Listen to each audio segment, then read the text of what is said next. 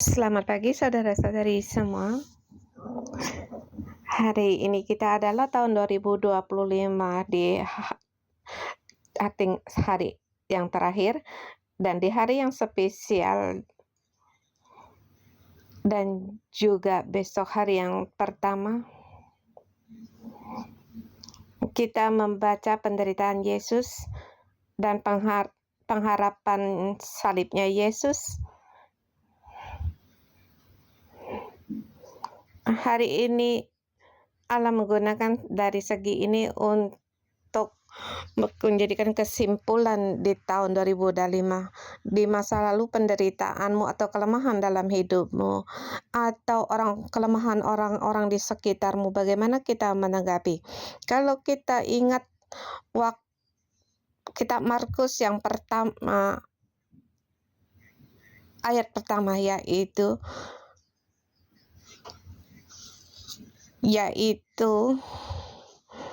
permulaan dari Injilnya Yesus Kristus. Di masa kegelapan dalam politik, baik itu kemanusiaan, bahkan di zaman membunuh anak bayi, di masa pengembalaan, disitulah permulaan dari Injilnya. Ini adalah awal dari permulaan dari kabar baik,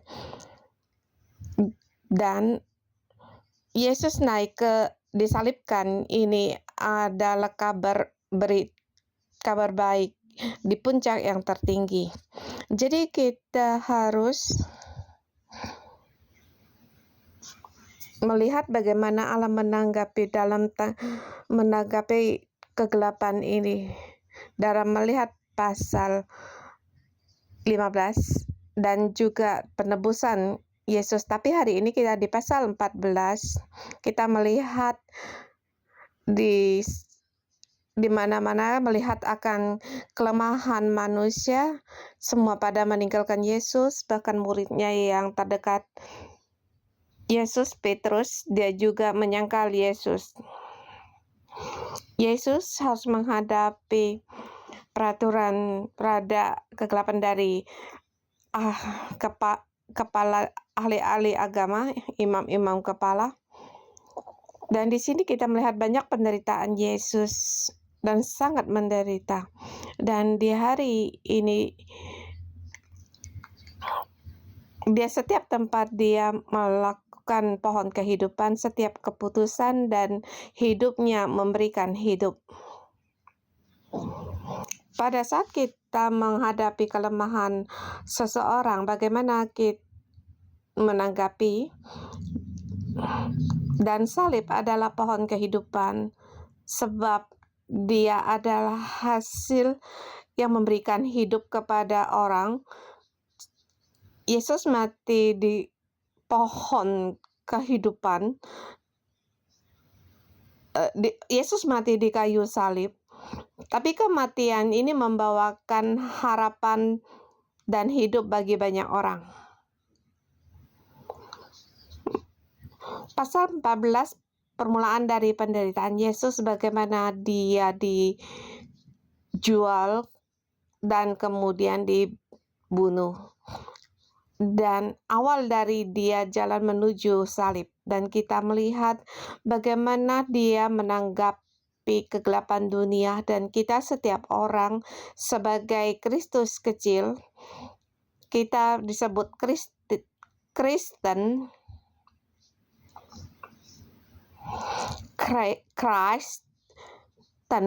itu artinya kecil. Kita pun mempunyai jalan salib yang harus kita lalui, dan hari ini mengajar kita bagaimana melewati jalan ini. Jadi dengan tema di hari ini, berjalan dalam jalan salib, menanggapi kegelapan dunia. Kegelapan dunia ini termasuk kelemahan diri sendiri, kegelapan orang ayah ibumu, kelemahan dari teman-temanmu, atau juga pendampingmu. Hari ini ada 77 ayat, saya bagi dalam beberapa bagian. Di permulaan dari penderitaan salib, pertama dia dia dituduh. Ayat bagian pertama 1-11. Ayat pertama dikatakan pada hari raya Paskah dan hari raya tidak beragi akan mulai 2 hari lagi. Imam-imam kepala dan ahli Taurat mencari jalan untuk menangkap dan membunuh Yesus dengan tipu muslihat. Dan di ayat ketiga dikatakan Yesus berada di Betania, di rumah Simon si Kusta, dan sedang duduk makan. Datanglah seorang perempuan membawa suatu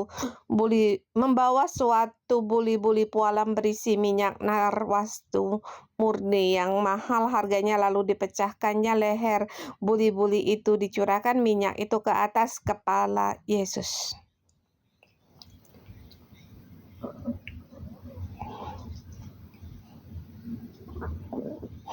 Di kitab Markus, perempuan yang tidak disebut namanya ini, dia membawa minyak narwastu yang mahal, dipecahkannya kemudian dicurahkan ke atas kepala Yesus.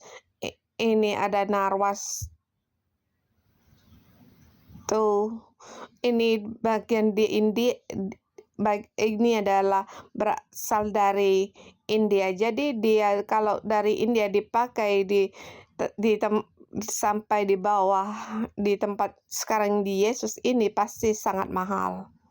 Dan banyak orang gusar. Kemudian mereka marah kepada perempuan itu di ayat kelima. Semua orang tidak suka. Mungkin dengan sederhana kita kan orang ini adakah otak. Jadi 300 dinar lebih ini lebih dari 1 tahun gaji. Kalau kita di Hong Kong gajinya rata-rata 30.000. Jadi di sini seluruh kamu tambah dalam setahun berapa jumlahnya. Ada yang berkata ada baiknya diberikan kepada orang miskin. Semua ini merujuk pada uang, tapi Yesus berkata ini satu yang baik. Bukankah ini lebih baik untuk dibagi-bagi kepada orang miskin? Tetapi mengapa Yesus mengatakan ini yang baik? Setiap dia menyia-nyiakan 1 tahun dengan harga 1 tahun lebih gaji. Ayat ke-7 dikatakan karena orang-orang miskin selalu ada padamu dan kamu dapat menolong mereka bila mana kamu kehendaki, tetapi aku tidak akan selalu bersama-sama dengan kamu. Tidak akan selalu adanya hari ini, hari Selasa, maka berapa hari lagi aku akan disalib. Jadi di tempat menanggapi panggilan Tuhan di waktu yang tepat, menanggapi panggilan yang tepat. Kamu selalu bisa memberi kepada orang miskin. Tapi di sini mengurapkan seorang raja. Dia sebagai raja diurapi. Yesus sebelum menuju jalan yang disalib, orang ini mengurapi Yesus. Dia sangat peka. Kemudian ayat ke-8, yang baik dia lakukan, ia telah melakukan apa yang dapat ia lakukan. Tubuhku telah diminyaki sebagai persiapan untuk penguburanku. Yesus bangkit dari kematian adalah hal yang terbesar.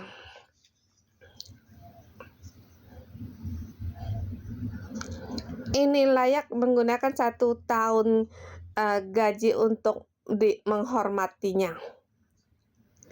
Dan persembahan perempuan ini dengan apa yang dapat dilakukannya.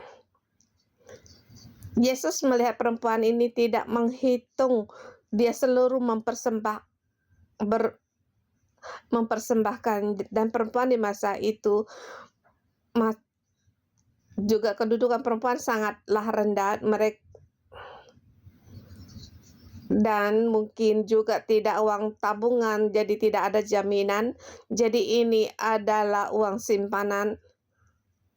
Kalau dalam bahasa Cina ini adalah uang peti mati, harta yang berharga.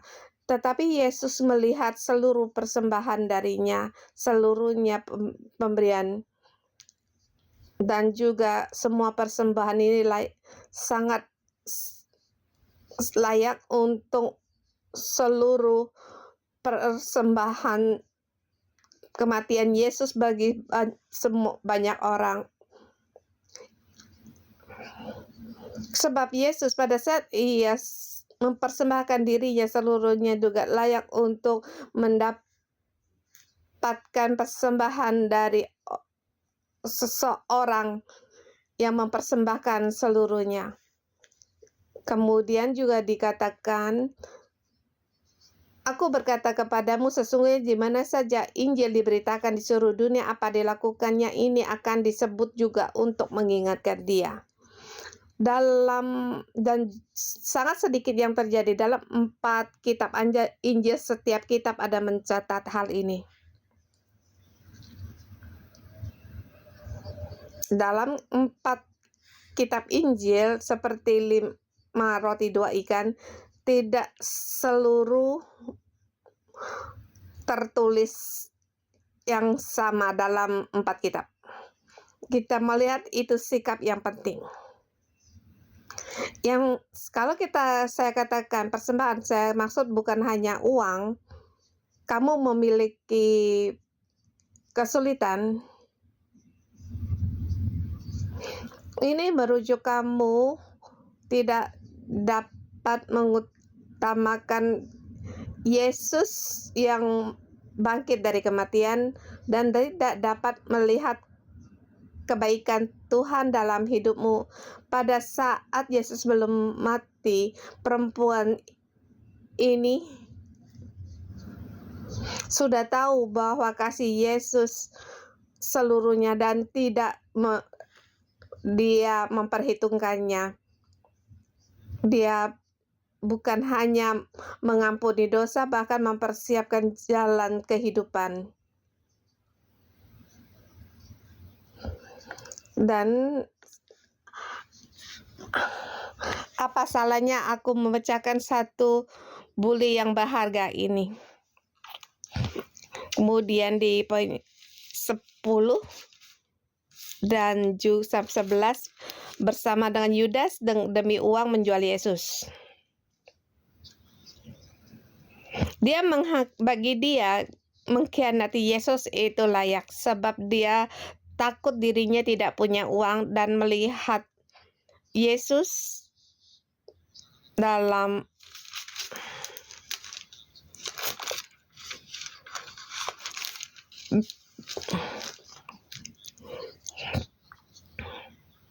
dia sepertinya mau ikut dengan golongan para imam-imam pilihannya. Dia tidak dapat melihat kasih Yesus kepada orang banyak, tapi hanya melihat ketakutannya sendiri. Rupanya dalam muridnya Yesus juga ada yang karena ketakutan merespon Yesus. Ada waktunya aku mengikutimu, ada waktunya aku meninggalkanmu. Dan di Betania perkara ini juga, di Betania ini merupakan dengan temanya yaitu tentang uang.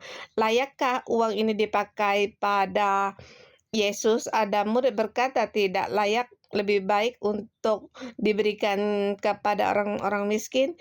Dan Yudas dia malah terbalik mengkhianati Yesus, menjual Yesus demi uang.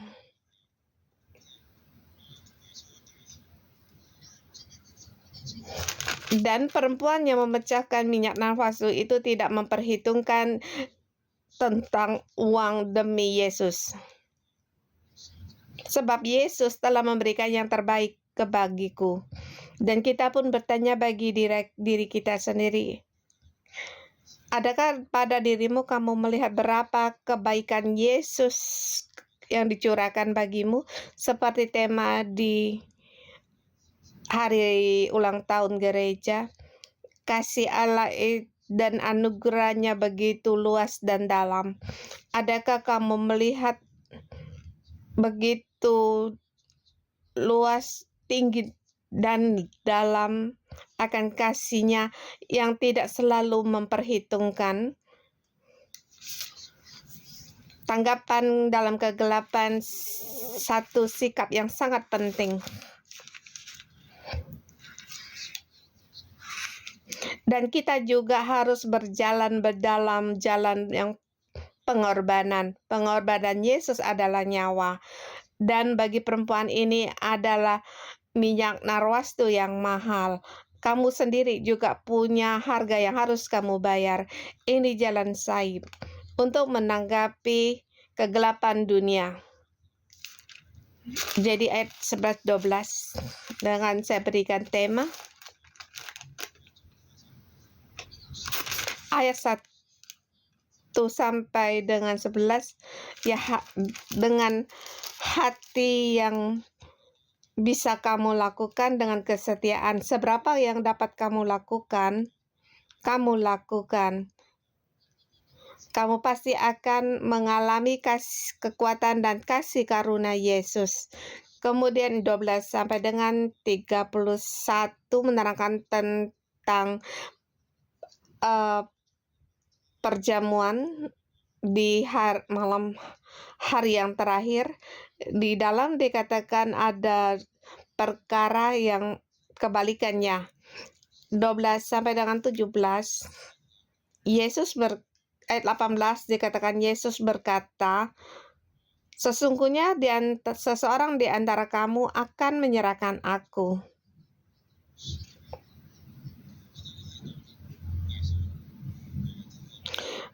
Yaitu dia yang makan dengan aku. Ini dia telah menubuatkan bahwa dia akan dikhianati, dan orang bertanya, apakah bukan aku? Dan Yesus sangat jelas siapa orang itu. Siapa dia? 20 dia katakan, orang ini ialah salah seorang dari kamu yang 12 ini dia yang mencelupkan roti di dalam satu pinggan dengan aku. Seketika di ayat 22 ini dijadikan yaitu perjamuan malam. Di sini kita bertanya mengapa Yesus membicarakan hal ini dan juga disatukan dengan perjamuan malam. Dikatakan pada waktu malam di mana Yesus mau disesatkan, perjamuan kudus ini adalah tanda pengorbanan diri, bahwa Yesus akan mengorbankan dirinya, tubuhnya dan darahnya untuk menyempurnakan hidup manusia. Dan Yesus berkata, inilah darah perjanjian. Darah perjanjian dibandingkan dengan perjanjian Musa dan Abraham itu lebih tinggi, yang seluruhnya memulihkan hubungan Allah dengan manusia. Artinya hubungan antara Allah dan manusia dipulihkan dengan pengorbanan Yesus.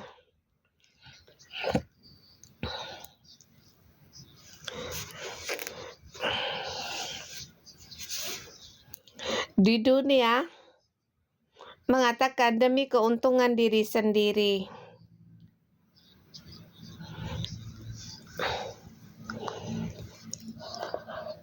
Sampai akhirnya dunia akan mengorbankan orang lain atau dirinya sendiri. Dan kamu dapat bersamaan melihat kelemahan manusia, dan kita juga selanjutnya akan melihat murid-murid kegagalan satu persatu muridnya. Yesus demi menjaga nyawanya juga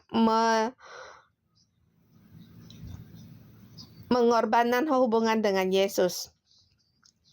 Ini merujuk harga dunia, dan Yesus sangat mengerti akan hati kelemahan manusia. Jadi perjamuan dari Yesus juga dibagikan bersama dengan Yudas. Pada Yesus tahu bahwa Yudas akan mengkhianati dia juga membagikan roti dengannya, dengan arti, Yudas, aku bersama denganmu, aku menanggung kelemahanmu, aku mengerti akan kelemahanmu. Mungkin 3 jam lagi kamu akan bersama dengan imam-imam kepala untuk menjual aku. Tapi Yudas, aku berkata kepadamu, aku mengerti akan kelemahanmu dan kamu tidak bisa keluar dari kelemahanmu, dan sekarang aku harus mengorbankan diriku agar kamu bisa berjalan dalam jalan kehidupan. Yudas, kamu harus tahu bagaimana memilih, dan sekarang aku masih memiliki hubungan denganmu. Ini adalah jiwa Yesus. Kamu bisa melihat kasih dan kepedulian dari Yesus. Dan ini sangat jelas.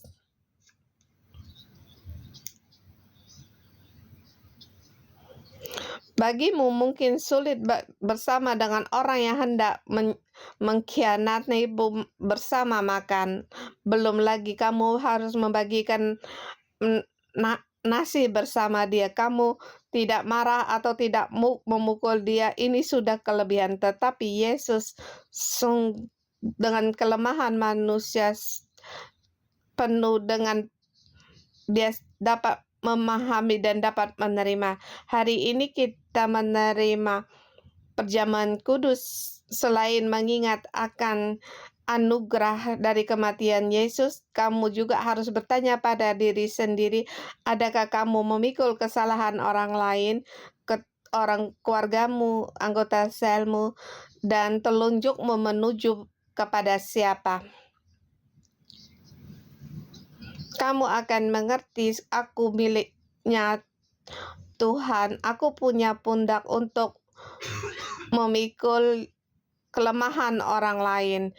Perkaranya adalah perkaraku, ia bersalah, mungkin juga aku memiliki tanggung jawab. Kita berpikir perkara kebakaran di Taipo, mengapa gereja kita mengaku dosa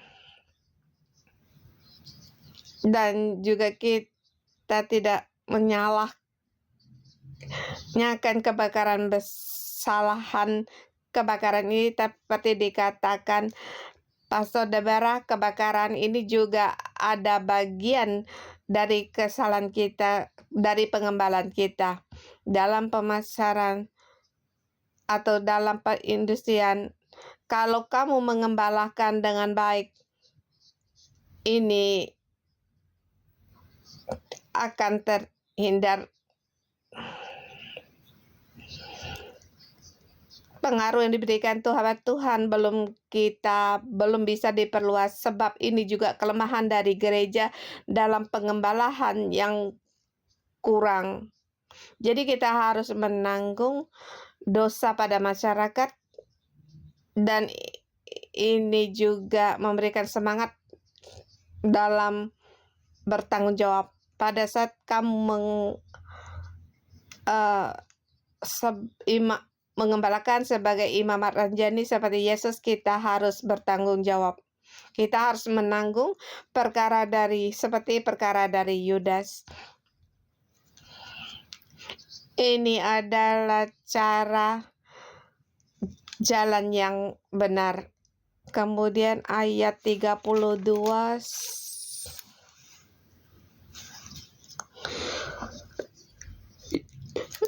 dimulai dari ayat 27 sampai di ayat 42. Di sini dikatakan Yesus di mana dia dijual. Yang ingin saya katakan perasaan Yesus. Ayat 33-34 dikatakan, ini adalah doa Yesus dengan murid-muridnya waktu berada di Taman Getsemani dalam pengharapan Yesus, yaitu berdoa. Kita lihat doanya dan sedikit kita melihat sifat kemanusiaan Yesus. Pertama, dia sangat dekat dengan kelemahan manusia. Ayat 33 dan 34. Dan ia membawa Petrus, Yakobus, dan Yohanes sertanya. Ia sangat takut dan gentar. Lalu berkata kepada mereka, hatiku sangat sedih sampai mau mati rasanya. Tuhan yang menenangkan badai seketika berkata kepada muridnya, dia takut dan gentar. Aku sangat takut. Hatiku sangat sedih. Bahkan sedihku hampir mau mati. Hatiku remuk. Seperti mau mati rasanya. Ayat 36-38 juga dia berkata, ya Aba, ya Bapa, tiada mustahil bagimu, ambillah cawan ini daripadaku, tetapi jangan apa yang aku kehendaki, melainkan apa yang engkau kehendaki. Ini menyatakan kesebatangkaraan Yesus. Bahkan Yesus sedikit sekali berkata untuk hal ini untuk diambil. Dalam setiap Yesus dalam jiwanya sangat besar, setiap tantangan dia dapat tenang menghadapi. Tetapi dia di sini mohon kepada Bapa, jangan aku mati, jangan dengan penderitaan aku mati. Dan sebelum mati harus menghadapi penderitaan. Aku tidak sanggup, aku sangat putus asa. Ini mengatakan sifat kemanusiaan dari Yesus yang putus asa dan penuh dengan ketakutan, sedih. Yesus harus menghadapi penderitaan yang sangat besar, dan demi untuk memberitahukan kepada kita, aku mengalami satu hal. Mungkin di dalam hidupmu kamu mengalami penderitaan yang besar, kesedihan dan putus asa. Bahkan kamu berkata kepada Tuhan berulang kali, Tuhan, jauhkan hal ini daripada aku. Aku tidak ingin orang keluargaku meninggal. Aku tidak mau bercerai. Aku tidak mau ditipu orang. Banyak penderitaan yang tidak bisa dikendalikan oleh manusia. Kamu pun pernah berdoa demikian. Ya Allah, segala hal ini dapat kamu jangan sampai terjadi, ambillah cawan ini. Tapi Yesus bagaimana dia menderita masih tetap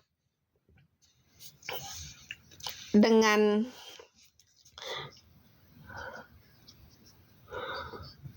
pada penderitaan. Bagi kita banyak orang bagi kita juga sering kita tuh berdoa berulang kali berdoa, tetapi perkara yang kita hadapi tidak alih dari kita. Dan akhirnya terjadi. Yesus dia berdoa secara manusiawi, dia pun tidak berdaya. Bahkan ada tahap dia harus dengan terpaksa untuk menghindar dari penderitaan. Kita lihat di Getsemani ini, Yesus secara manusiawinya dia di titik terendah. Dan bagi kita bagaimana menghadapi penderitaan, kita melihat Yesus telah mengalaminya. Dia telah melakukannya untuk kita lihat. Dan Yesus berkata kepadamu, kamu tidak sebatang diri, sebab aku mengerti akan kamu. Aku perkara ini aku pernah mengalami di dalam dunia. Secara keagamaan tidak ada orang pada titik seperti ini yang harus mengalami penderitaan yang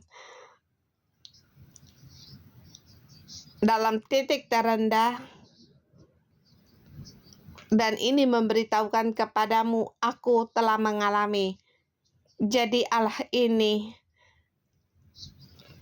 ada di tengah-tengah kita dan memberitahukanmu, aku pun telah mengalami. Markus menulis perasaan Yesus, memberitahukanmu, aku Allah yang dapat merasakan perasaanmu dan mengerti akan kamu. Tetapi Yesus mengerti ini adalah nasibnya, penderitaan adalah nasibnya. Akhirnya juga dia harus berjalan dalam jalan ini. Dan 34 sampai 72 kita jadikan satu. Menghadapi kelemahan dari murid-muridnya dan kegelapan pada saat imam-imam kepala menangkap dia. Bahkan di ayat 47 ada sedikit pertengkaran. 50 dan 51 dikatakan juga muridnya meninggalkan dia, melarikan diri. Ini adalah kelemahan dari muridnya pada saat titik antara hidup dan mati. Reaksi dari manusia adalah kelemahan. Kepercayaan imannya belum sampai pada harus dengan pengorbanan iman nyawanya. Dan di situ juga ada seorang muda pada waktu itu hanya memakai sehelai kain lainan untuk menutup badannya mengikuti dia. Mereka hendak menangkapnya, tetapi ia melepaskan kainnya dan lari dengan telanjang. Anak muda ini tidak disebut namanya. Mengapa menulis dia? Mencatat dia artinya anak muda mengikuti Yesus itu adalah hal yang sangat berharga. Waktu muda dengan semangat mengikuti Yesus, bahkan mungkin juga murid Yesus di antara murid Yesus yang paling muda, tetapi ini dia memberitakan pada kita, dia bahkan melarikan diri bahkan dengan telanjang. Kamu mengikuti Yesus kemuliaan, tapi pada kelemahan serba besar yang memalukan. Ini memberitakan kita, Yesus mengerti pada kita setiap orang. Dia dapat menerima bahwa kita setiap orang ada kelemahan. Bahkan di ayat yang terakhir dikatakan 66 sampai 72, 7 ayat ini dikatakan Petrus menyangkal Yesus. 3 kali dia menyangkal Yesus. Petrus 3 kali menyangkal Yesus, seperti dengan mengumumkan bahwa aku bukan orang Kristen. Dan di sini ada perempuan bertanya pada dia, kamu adalah salah satu dari mereka? Kamu adalah orang yang mengikuti Yesus kan? Kamu berkata, aku bukan, bahkan dikatakan 3 kali. Kita bandingkan dulu perbincangan Yesus dengan Petrus, bahwa sampai mati pun aku mengikutimu, tetapi berapa jam kemudian terjadilah perkara menyangkalkan Yesus. Tapi Yesus mengerti tahap kita setiap orang yang mengikutinya. Bahkan Petrus menjadikan orang pendiri gereja. Dia di agama Katolik dia salah satu Paulus, bahkan di dalam satu plaza menamakan Plaza Petrus dan juga menjadikan gunung batu. Yesus dapat menanggung dan tahu kelemahan manusia. Manusia kadang satu waktu lain lagi sifatnya, tapi manusia dapat berubah. Dan di seluruh pasal ini mengatakan jalan Yesus menuju salib. Terlebih pertama kita harus tahu Yesus yang menopang jalanmu menuju salib. Kamu harus bertanya pada dirimu sendiri, adakah kamu punya jiwa perempuan di Betania ini, atau kamu seperti Yudas dan murid-muridnya berhitung-hitung dengan Yesus, atau Petrus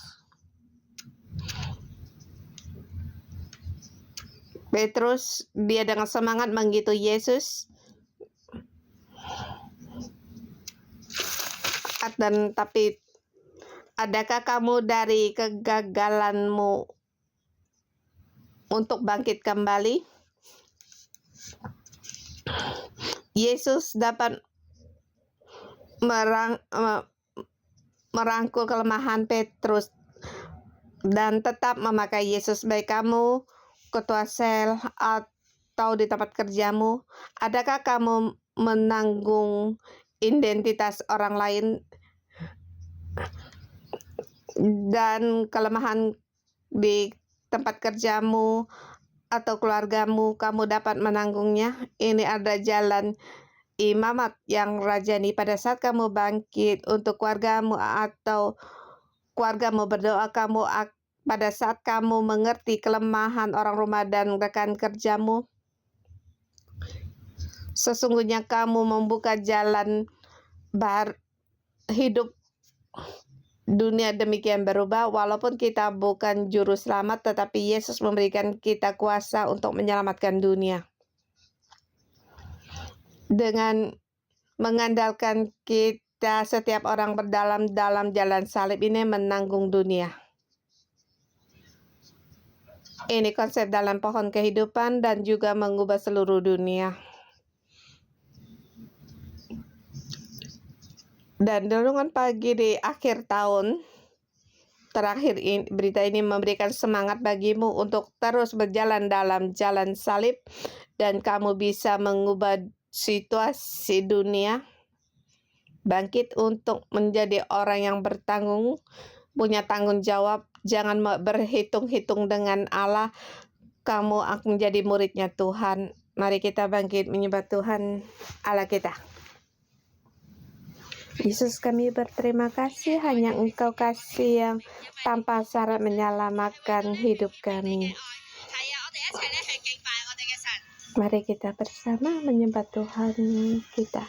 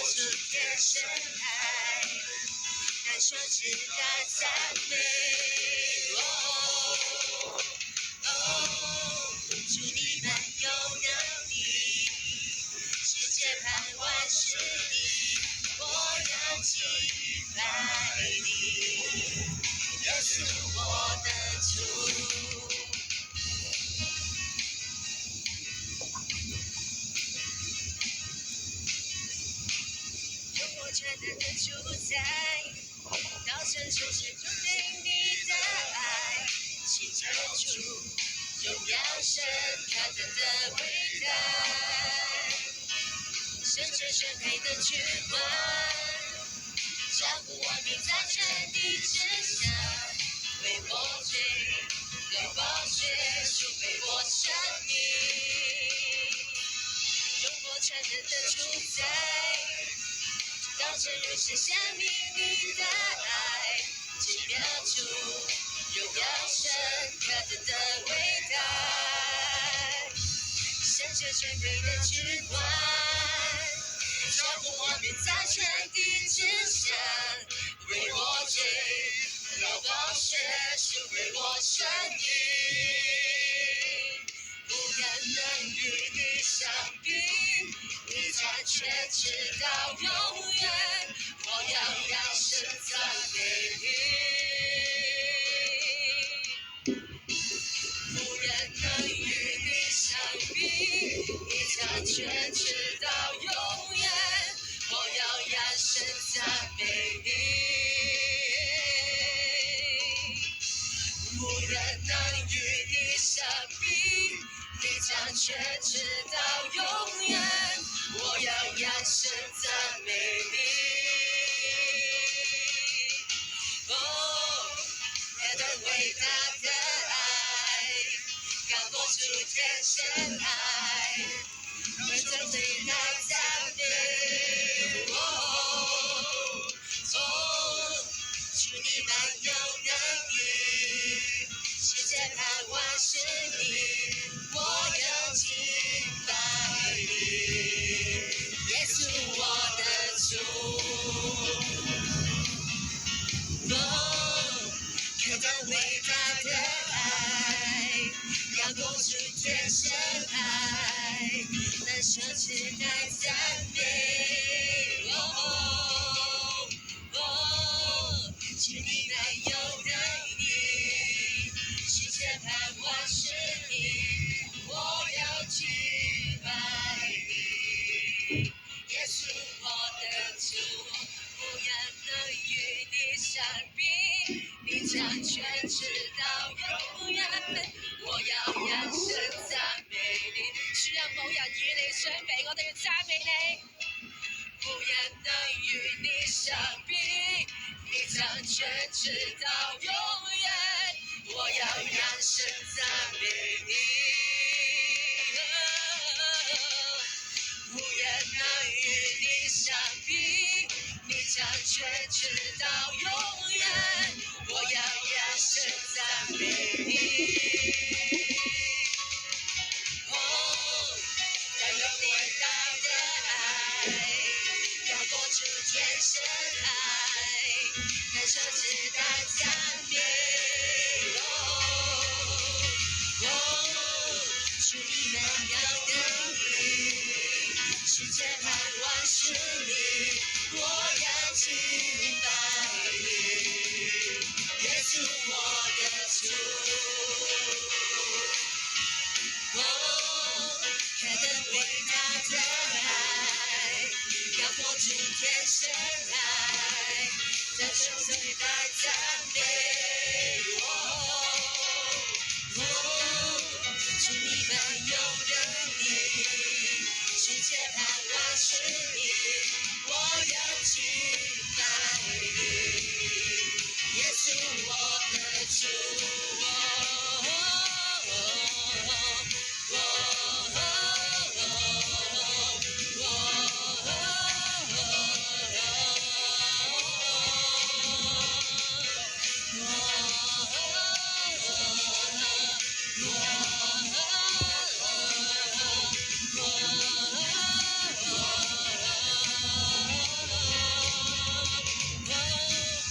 何等偉大的愛，高過諸天深海，難捨之大讚美。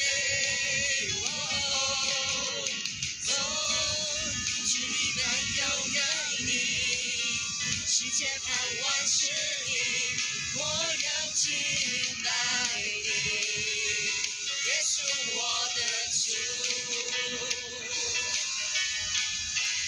無人能與你相比，你掌權直到永遠，我要揚聲讚美你。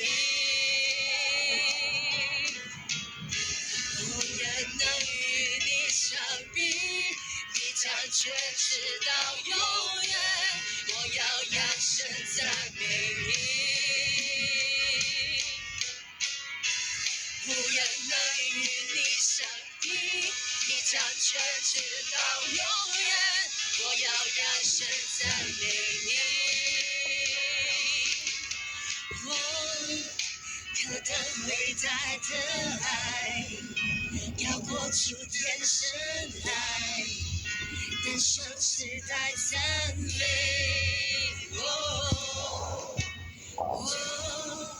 主你满有能力，世界盼万事你，我要敬拜你。Yesus, kami menyembah Engkau. Yesus, Engkau adalah Tuhan Allah kami. Hari ini kami datang di hadapan Engkau, menyembah Engkau. Kami berterima kasih anugerah-Mu sehingga kami dapat mengenal Engkau. Terima kasih atas keselamatan-Mu sehingga kami semua orang bisa menyembah Engkau. Bukan hanya Engkau menyelamatkan hidup kami, bahkan nyawa kami. Tuhan Bapa, kami berterima kasih pagi hari ini kami dapat mengenal bagaimana di jalan salib untuk menanggapi kegelapan dunia. Bapa, mohon Engkau beri kami iman untuk terus berjalan di bumi ini demi salib, agar kami belajar gambaran dari Kristus. Saudara semua, pagi hari kita masuk ke pasal 14, kita melihat jalannya salib. Ada dua orang, kehidupan mereka layak untuk kita belajar. Pertama, kita lihat di ayat yang ketiga, seorang perempuan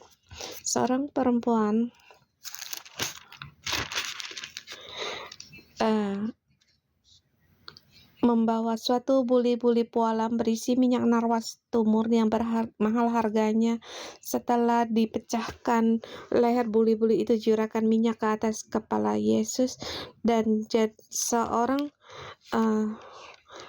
pergilah Yudas Iskariot, salah satu seorang dari ke-12 murid itu, kepada imam-imam kepala dan maksud untuk menyerahkan Yesus kepada mereka.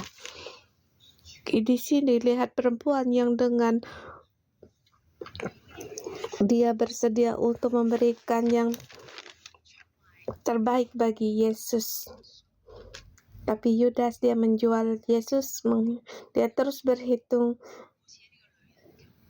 dalam kehidupan kita, adakah Yesus kita bersedia untuk memberi segalanya? Kita, setiap orang yang ikut renungan pagi, kita percaya kamu juga ada seluruhnya, kamu memberikan seluruhnya waktu hidupmu, kamu bersedia mengikuti hati.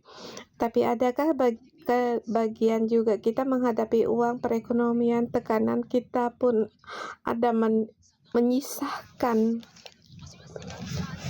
Tuhan, aku datang ke gereja, aku ke waktu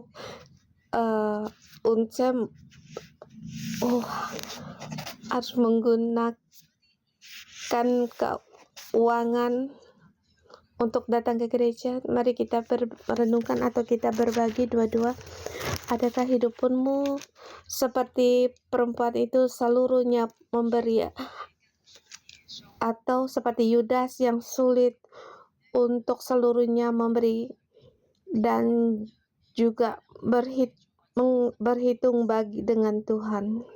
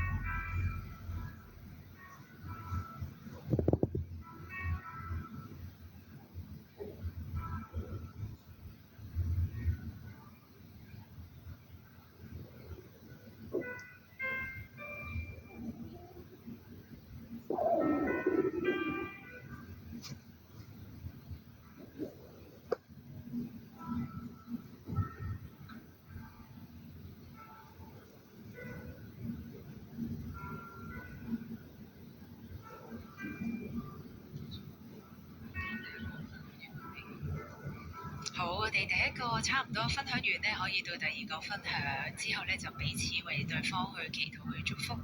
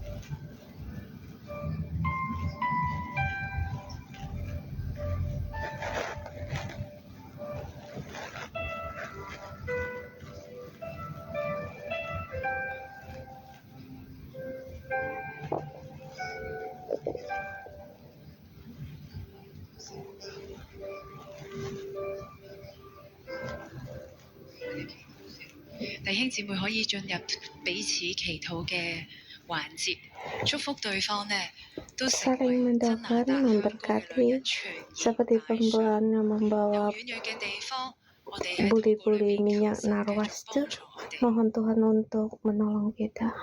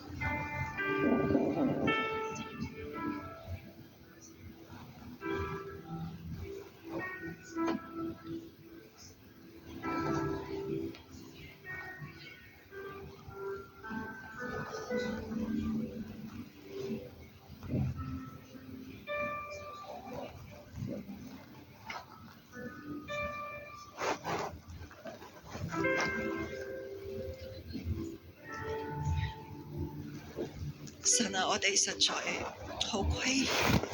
Tuhan, sungguh kami bersalah kepada Engkau. Engkau menanggung segala penderitaan kami, menanggung segala penderitaan kami. Engkau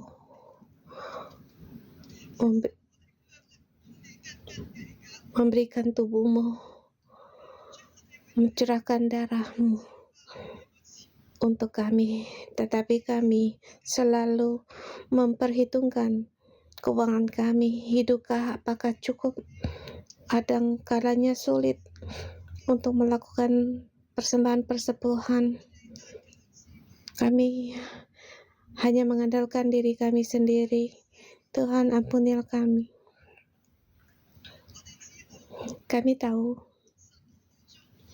renungan pagi sangat penting. Setiap hari Engkau memberikan mana, tapi ada kalanya kami lemah. Kami lebih baik tidur lebih banyak 1 jam lagi. Bahkan kami datang, kami pun akan terlambat. Tuhan, kami tidak sungguh-sungguh menghargai firman yang Kau berikan kepada kami. Tuhan, ampunilah kami. Tuhan, kami menyukai dunia. Kami tahu ada jalan pohon kehidupan. Kami harus mengorbankan diri. Tetapi pada saat hal-hal dunia ini memikat kami, bahkan rasa lebih baik bekerja satu bagian lagi untuk menghasilkan pendapatan lebih banyak lagi, sehingga kami tidak dapat untuk datang ke kebaktian. Tuhan, ampunilah kami,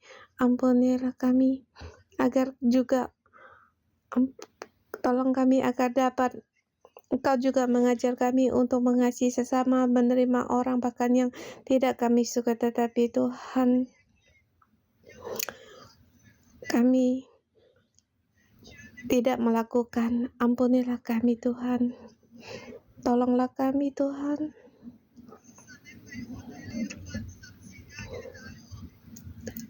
Dengan kuasa salib-Mu untuk menanggapi Engkau. Bersedia mengikuti Engkau dengan erat, tanpa membanding-bandingkan, tanpa memperhitungkan, bahkan bersedia untuk mengorbankan diri kami. Tuhan, hari ini kami berterima kasih.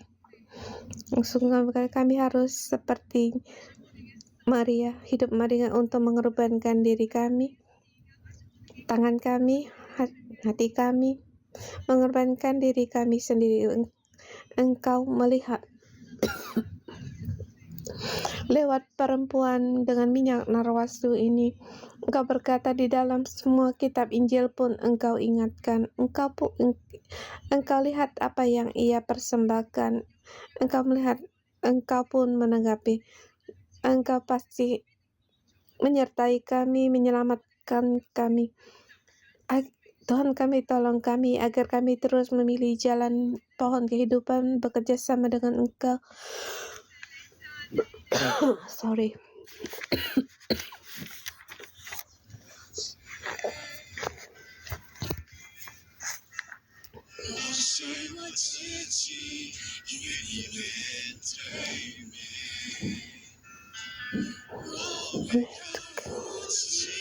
Seperti perempuan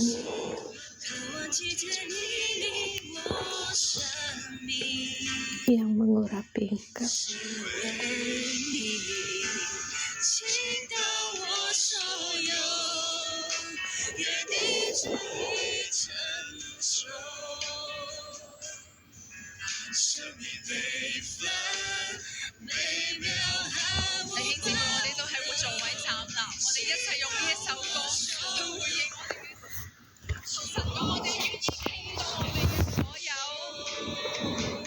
Tuhan, kami bersedia untuk mencurahkan segalanya. Oh, saya need Jesus. 生在陪伴你了，我不了，倾倒了我所有，就是静悄悄。从今以后永不回头. Tuhan, kami selamanya tidak ingkar. Kami mengaku Engkau Tuhan di dalam kehidupan kami, hidup kami. Engkau teladan dalam hidup kami. Bahkan di dalam ayat Engkau berkata, di antara kamu ada yang bersama makan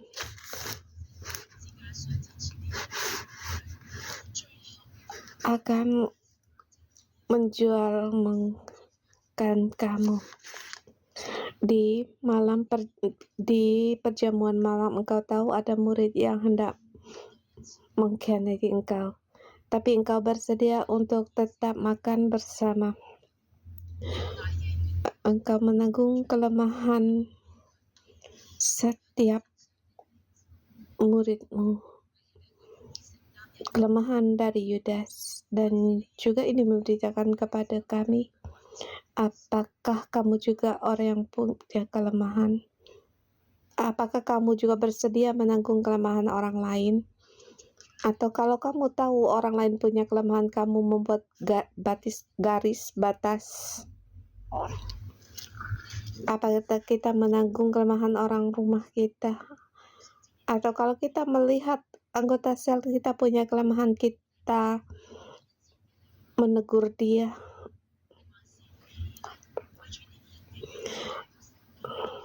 Adakah kita bersama karena kelemahan orang lain, kita bersama menanggung? Seperti kata Pastor Deborah, Hong Kong akan menjadi kota pokok kegirangan.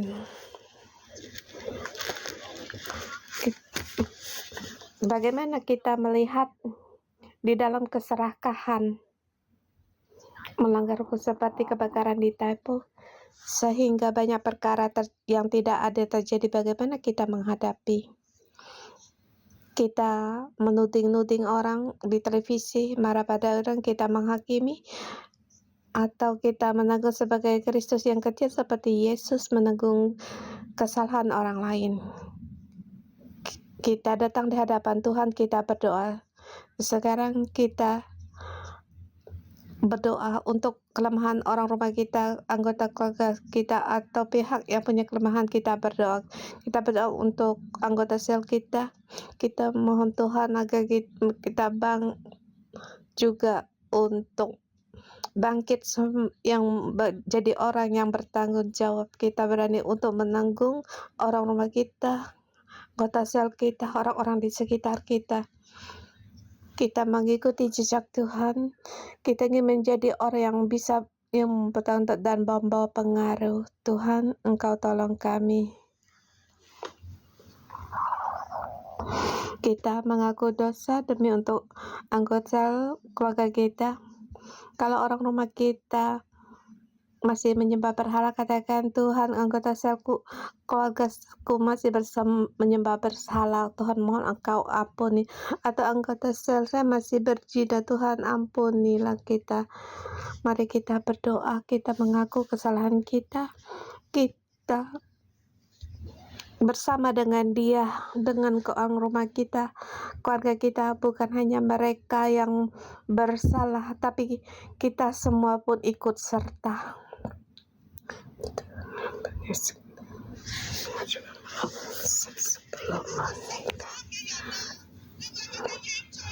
Kamu berdoa untuk mereka. Kamu menjadi orang menanggung, kamu berjalan dalam jalannya salib.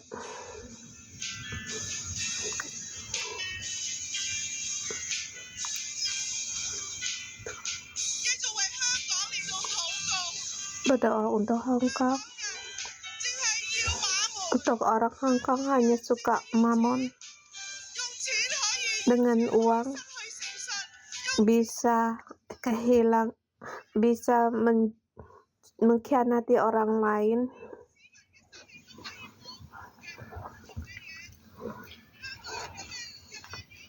bahkan mengorbankan nyawa orang yang tidak bersalah.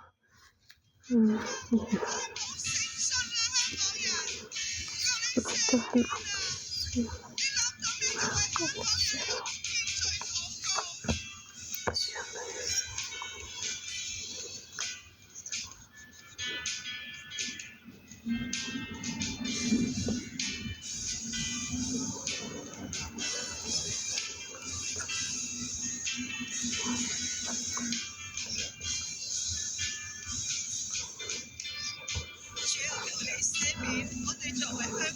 Tuhan, mohon Engkau ampuni kami sebagai orang Hong Kong. Kami egois, kami hanya mementingkan diri kami sendiri, kami serangka demi mengutamakan keuangan, bahkan mengorbankan nyawa orang demi mendapat keuntungan yang lebih banyak. Kami tidak punya kasih yang pengorbanan seperti Engkau. Kami masih punya orang rumah dan keluarga kami masih yang bersalah kepada Engkau, berdosa pada Engkau. Ampunilah kami, bahkan di tengah-tengah kami juga Kristen masih meramal. Tuhan, kamu tidak sesungguhnya percaya kepada Engkau. Tuhan, ampunilah kami sungguh berdosa kepada Engkau. Tuhan, kami datang di hadapan sebagai anggota wakil dari kelompok sel. Kami mengaku, Tuhan, kami tidak sungguh-sungguh membaca firman-Mu. Mulut kami memuji Engkau, hati kami jauh dari Engkau. Kami sebagai ketua sel dengan tidak sungguh-sungguh memberikan semangat. Bahkan kami pun karena kami tidak dapat memperdulikan kehidupan mereka. Bahkan di dalam kami ada iri hati, membanding-bandingkan. Ampuni sebagai ketua sel kami tidak menanggung kelemahan dari anggota sel kami. Tuhan, ampunilah kami datang di hadapan Kau pada saat kita datang di hadapan kita tidak mengaku segala kelemahan kita. Kesan Tuhan, mohon Engkau ampunilah kami hari ini kami mau berdoa kepada Engkau. Kami bisa membawa pengaruh yang dari Engkau. Mohon Engkau bimbing kami, bukan hanya dengan mulut kami berbicara, tapi kami punya hati yang bersedia dan juga melakukan. Tuhan, kami bersyukur padamu.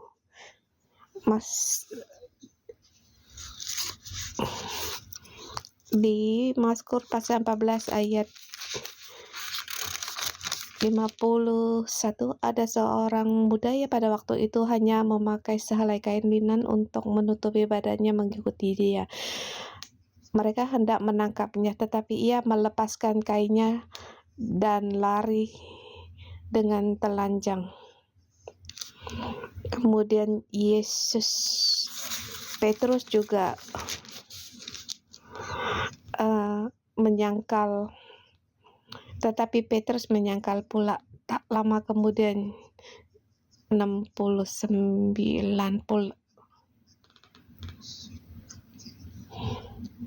bahkan di situ Petrus berkata, pada saat orang-orang berkata, engkau pasti salah satu dari antara engkau seorang Galilea, tapi Petrus mulai mengutuk dan bersumpah, aku tidak kenal orang yang kamu sebut-sebut itu. Pada saat saya membaca ini, hati saya sangat bersedih.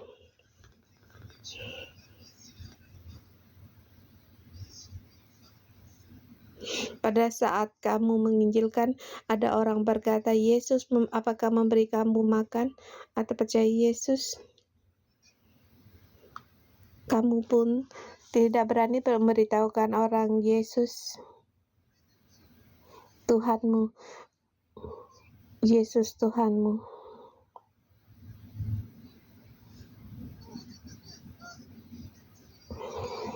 Pada saat ini kita berkata, bersediakah kamu mengikuti Yesus? Kita bersedia untuk membayar harga.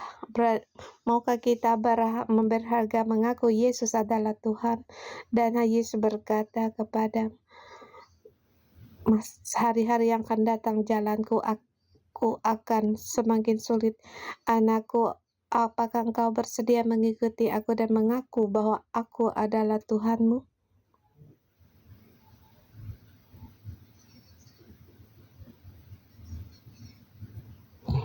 Kita sujud bersama. Katakan kepada Yesus, kalau kamu pernah menyangkal Yesus, saat ini kamu bisa mengaku kesalahanmu, bahkan kamu atau menyangkal kamu pernah datang ke gereja 611, bahkan merasa malu datang di gereja 611, atau kamu merasa malu sebagai orang Kristen mengaku dosa. Sebab yang tidak kamu akuti yaitu Yesus yang disalibkan, Dia Tuhan.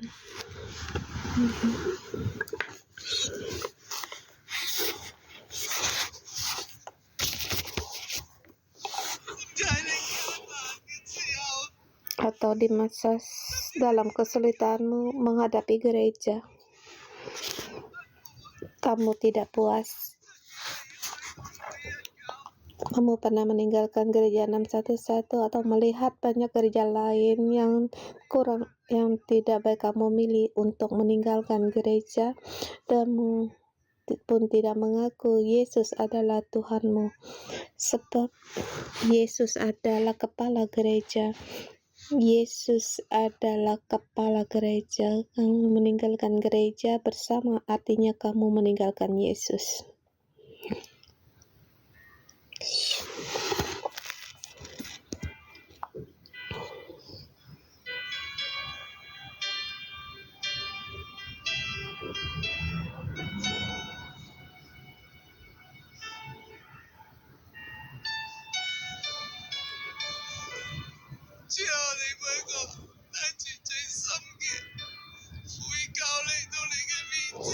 Tuhan, kami setiap orang sungguh-sungguh bertobat di hadapan Engkau.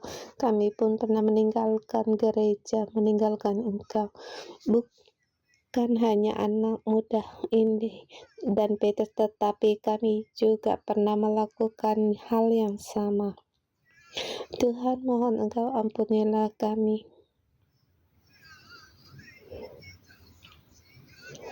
Tuhan, kami bersedia berjalan di jalan salib. Kami memikul salib-Mu, mengikuti Engkau. Walaupun kami punya kelemahan, walaupun kami bisa terjatuh, tapi Tuhan, kami hari ini memilih Engkau. Kami memilih Engkau, Tuhan. Kami mau bersama Engkau berjalan menuju salib-Mu. Saudara semua, pada saat kamu bersedia untuk menanggapi yang di arena, silakan maju ke depan dan mari kita bersama berdoa.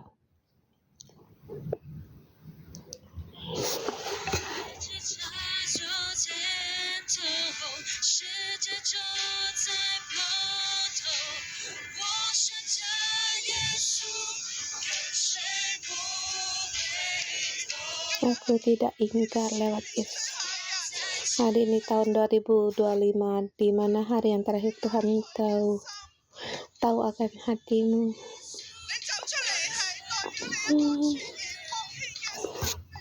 Waktu kamu berjalan sama hati, kamu mempersembahkan seluruhnya. Kamu tidak mau seperti Petrus dan juga orang muda itu. Mengikuti saksi Yesus, aku tidak ingkar. Salib yang di depan, dunia di belakangku. Aku memilih Yesus, mengikuti. Aku tidak akan ingkar.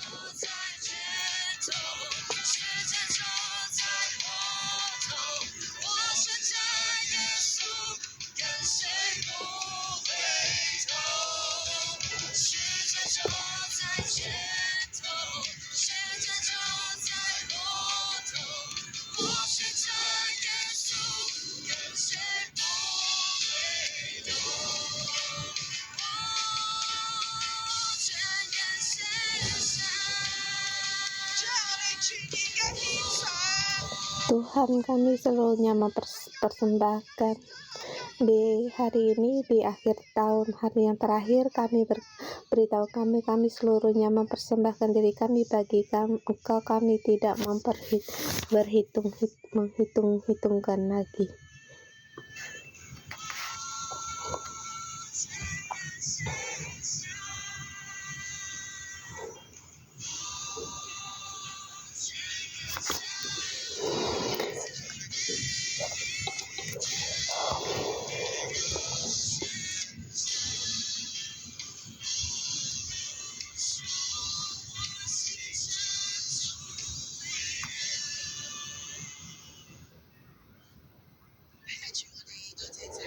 Tuhan, kami berterima kasih dan memuji Engkau. Engkau memanggil kami, kami mengikuti Engkau. Engkau lebih dulu mengasihi kami dan mengorbankan dirimu bagi kami. Engkau telah mengorbankan segalanya bagi kami, pengorbanan yang sempurna darimu. Engkau terlebih dahulu yang mengasihi kami. Tuhan, kami semua yang berdiri di sini, kami disebut anak-anak-Mu. Ini semua karena kasih-Mu, karena kasih karunia-Mu. Engkau tahu akan kelemahan kami, tapi Engkau tetap mengasihi kami. Engkau tetap menerima kami, berkenan bagi kami. Tuhan, kasih-Mu yang kami rindukan. Kasih-Mu Tuhan membawa kekuatan yang dapat mengubah kehidupan orang lain. Kasih yang membawa kemuliaan. Saudara semua, mari kita membuka tangan kita. Kita buka tangan kita menerima kasih Yesus Kristus. Kita menerima lebih banyak lagi kasih Yesus Kristus dan beritahukan kepada Tuhan, kamu sangat merindukan kasih-Nya. Kita cuma sedikit, kita tidak mengerti akan kasih Kristus. Kita tidak mengerti kasih Kristus yang telah dikerjakan pada kita. Tuhan, bukalah mata kami agar kasih-Mu Kau tanam di dalam hati kami, agar kami sungguh-sungguh mengerti kasih Kristus, agar kami dapat berlari mengikuti Engkau dan mempersembahkan diri kami. Tuhan, kami berseru kepada Engkau, lebih dalam lagi kasih-Mu memenuhi kami, saudara-saudari kami, lebih banyak lagi kasih. Terima kasih Tuhan, Engkau mengerti akan kelemahan kami. Kami orang yang hanya peduli akan seperti ngantuk, hati bersedia tetapi daging kami lemah.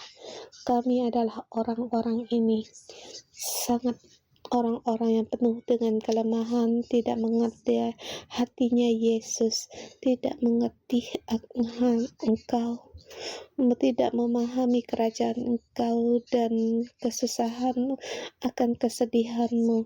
Kami hanya mengutamakan diri kami sendiri. Di sini dikatakan Yesus, Dia takut dan karena Dia juga bisa bersedih. Dia ingin agar kita selalu berjaga-jaga dalam doa. Dia perlu akan kita bersama dengan Dia.